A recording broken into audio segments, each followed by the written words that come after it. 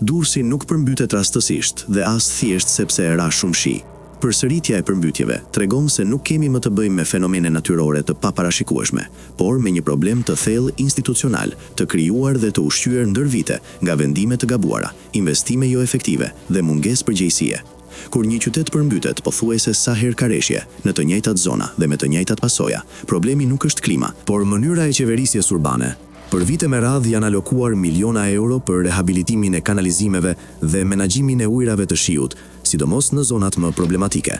Këto investime u prezantuan si zgjidhje përfundimtare, por realiteti në terren mbetet i pandryshuar.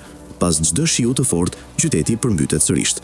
Ky hendek mes fondeve të shpenzuara dhe mungesës së rezultateve është i dukshëm për çdo qytetar dhe nuk mund të justifikohet më me emergjenca të përkohshme. Gjatë 2 dekadave të fundit, drejtues të ndryshëm të bashkisë kanë miratuar plane, kanë firmosur kontrata dhe kanë kolauduar punime që në teori duhej të parandalonin këtë situatë. Fakti që problemi vazhdon tregon një zinxhir vendimarrjeje të dështuar, ku përgjegjësia është trashëguar pa u zgjidhur kurrë. Pasojat i vuajnë banorët dhe bizneset, të cilët paguajnë koston sa herë bie shi.